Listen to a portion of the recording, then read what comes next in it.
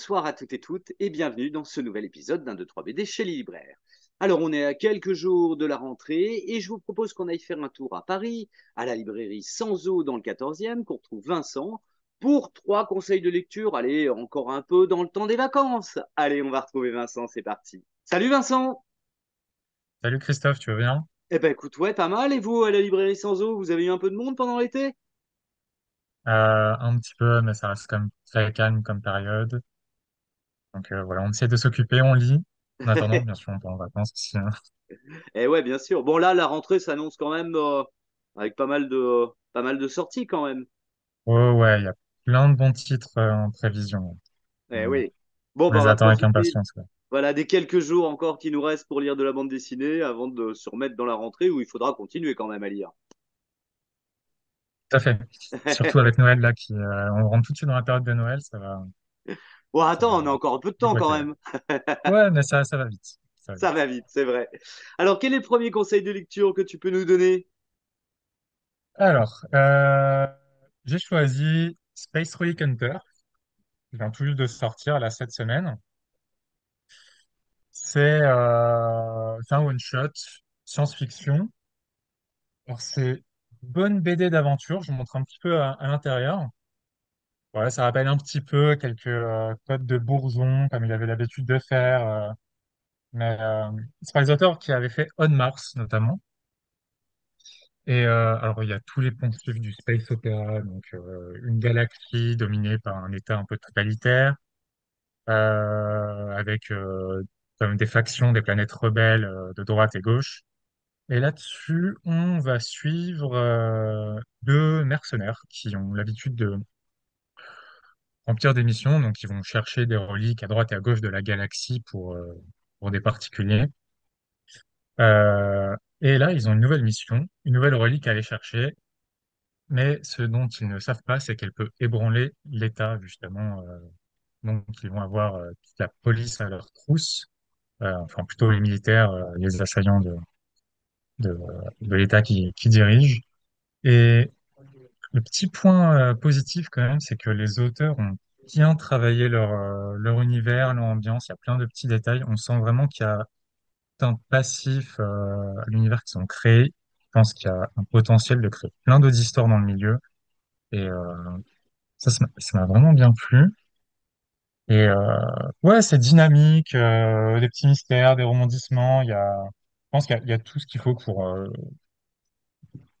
les aficionados de l'aventure, quoi, du genre et Et la autres. fin est ouverte Ouais, une bonne. éventuellement sur des poursuites, des choses comme ça? Alors, non. En fait, l'histoire, elle est début, fin, ça c'est clair et net. Ouais. Par contre, il pourrait y avoir d'autres aventures par la suite. Euh, c'est juste qu'on pourrait développer vraiment tout ce qu'ils ont créé, que ce soit Et autour, l'histoire ouais. par rapport à... Voilà, autour. Vraiment, Alors, qui sont le scénariste et dessinateur de la série? non, c'est Runberg et Grun. D'accord. Grun. Et ça a été Ça se édité prononce chez ça. qui, ça? Chez Daniel Maguen. Ah ouais, ok, d'accord. Ouais, Très bien. ça fait assez humano d'ailleurs, je trouve. Mais Ouais. ouais, je suis content de voir ça chez eux. Hmm. Oui, oui, ça change un petit peu effectivement de ce que Daniel Magan avait Ouais. publié avant, bien sûr. Très bien. Le deuxième, tu nous as trouvé un petit roman graphique? Yes. Alors, c'est paru en mai. L'été des charognes, c'est l'adaptation d'un roman qui montre un petit peu l'intérieur. Voilà, ça change. J'en ai pas beaucoup de BD comme ça, un peu petite peinture et autres de ce style-là. Ça- En fait, ils vont nous plonger dans la France des années 90, mais dans le milieu vraiment très tertiaire, rural. Et c'est ça, c'est juste du quotidien. On va présenter une famille assez élargie, soit le cousin, les fils, etc.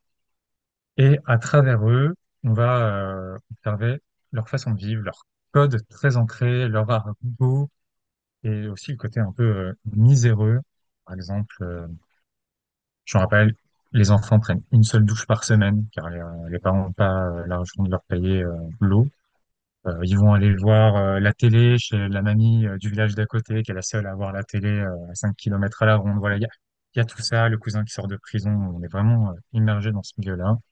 Et c'est à la fois chiant, il y a un petit côté un peu glauque, ça mélange plein d'ambiances. Ouais, je vous conseille vraiment, ça change des autres lectures qu'on a l'habitude. Ouais. Alors, on est à peu près dans quelle période? Années 50, 60, 70? Non, bah, années 90, Ah ouais, d'accord, ok. il y a plein de références qu'on peut avoir. Ouais. Ça peut vraiment parler à personne de 30 ans, à partir de Ouais, 30 d'une ans, je trentaine pense. d'années, ouais. En tout cas, Hmm. ouais. Et effectivement, dans les années 90, il y avait quand même des coins où il n'y avait pas encore forcément la télé dans toutes les maisons. On n'avait pas des tablettes partout. Et ouais, ouais, ça peut être assez marrant, ça. Et le style un peu a l'air d'être hyper réaliste, hein. L'auteur utilise bien la BD comme média pour faire passer à travers le dessin des petits détails disséminés à droite à gauche, que ce soit le milieu de foot, la marque de la télévision, de la voiture, je sais, un peu tout et n'importe quoi. Et c'est aussi à travers ça qu'on comprend et qu'on est immergé dans leur code socio-culturel, etc. Ok, ouais. D'accord.